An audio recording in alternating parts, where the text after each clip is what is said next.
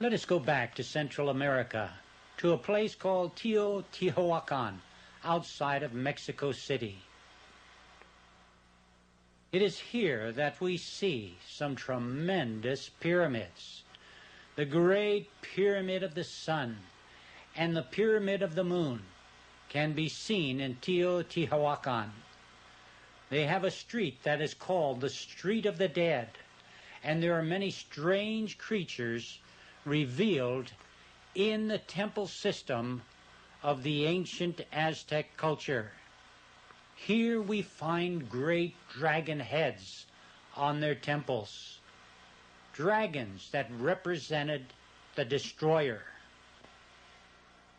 The Orient is a fascinating part of the world.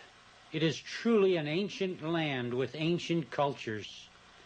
Throughout the whole of the Orient, dragons are displayed. Many of the countries of the Orient have rituals in which dragons are used to tell the story of the War of the Gods. This is a beautifully designed dragon. One can see an attractive palace in the city of Bangkok in Thailand. Throughout this palace are attractive temples and strange-looking figures that represent angels that are supposed to scare away the evil spirits. Again, we see the war of the gods, or the powers of good and evil warring against each other, even in this palace and temples in Thailand. Across the street from this palace is a place where they train Buddhist priests. Buddha in the Orient is represented as the life giver and is worshipped. In this temple we see Buddha with two winged serpents on either side of his body. At the base we see the two heads of the serpents. The tails come together at the top and the wings are in the form of a crescent moon. Once again we see two winged serpents on either side of the life giver in the Orient, as we found two winged serpents on either side of the life giver in Central America and two winged serpents on either side of the life giver in Egypt. Winged serpents throughout various parts of the world, telling a story that stems back to the beginning of this earth's history. Remember the picture of a winged serpent as a covering cherub in Egypt over the god Osiris, the many-eyed God. Now let us go to the Bible to find the answer to the mystery of the winged serpent found throughout the world. During the time of Moses, God told Moses to tell the people to make a sanctuary that he might dwell among them. This was a portable temple with an outer court and a tent-like affair with two rooms. In that tent-like affair was a place called the Holy Place and another room that was called the Most Holy Place. In the Most Holy Place was a golden chest called the Ark of the Covenant. On the top of that chest, on a lid that was called the Mercy Seat, were two angels wrought in gold. These angels represented the highest order of angels in heaven that are on either side of the throne of God. One of those angels at one time was named Lucifer, the highest of all the angels in heaven. We read in the 28th chapter of Ezekiel that Lucifer was the covering cherub. Thou art the anointed cherub that covereth, and I have set thee so. Thou wast upon the holy mountain of God. Thou hast walked up and down in the midst of the stones of fire. Thou wast perfect in thy ways from the day that thou wast created, till iniquity was found in thee. According to the Bible, Lucifer became proud and wanted to be worshipped as God. And then there was a war in heaven. Revelation 12 tells us this. And there was war in heaven. Michael and his angels fought against the dragon, and the dragon fought and his angels, and prevailed not. Neither was their place found any more in heaven. and the great dragon was cast out, that old serpent called the devil and Satan, which deceiveth the whole world.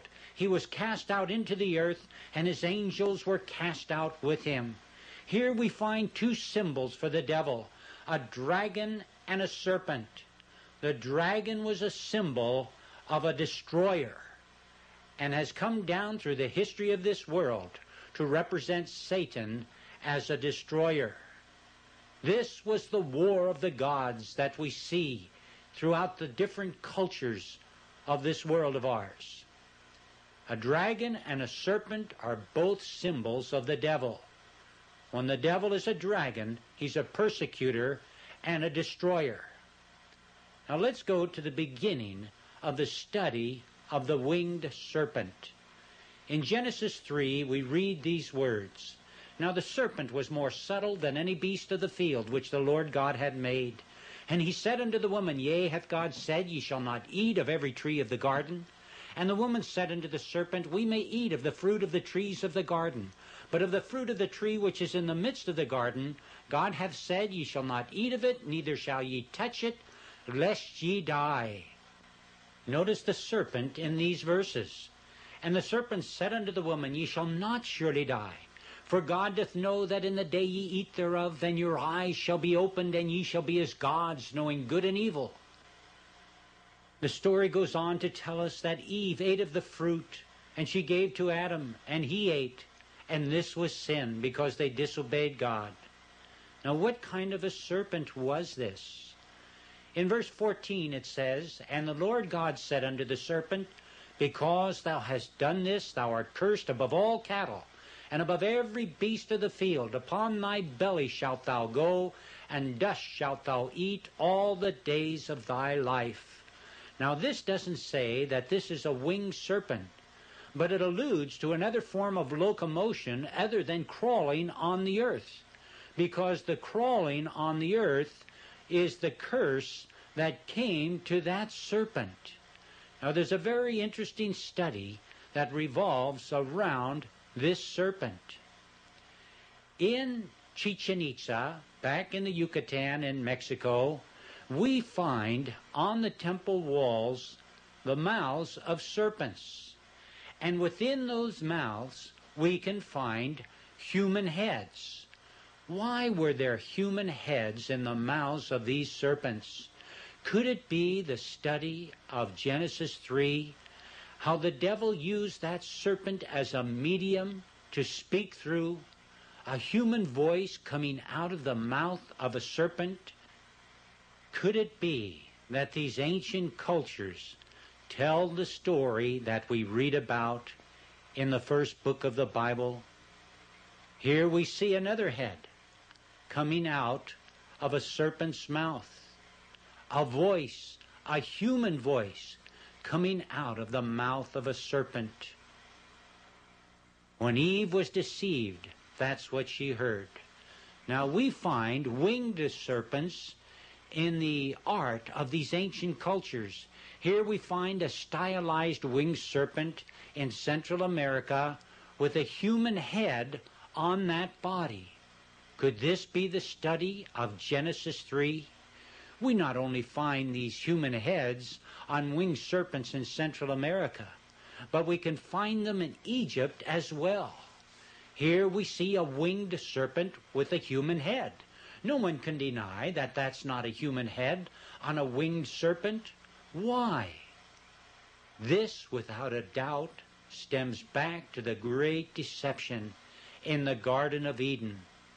That head represents the voice that came out of the mouth of that winged serpent in the Garden of Eden. An inspired writer wrote these words many years ago. Her name was E.G. White. Satan assumes the form of a serpent and enters Eden. The serpent was a beautiful creature with wings, and while flying through the air, his appearance was bright, resembling burnished gold. Here this inspired writer tells us that that serpent in the Garden of Eden was a winged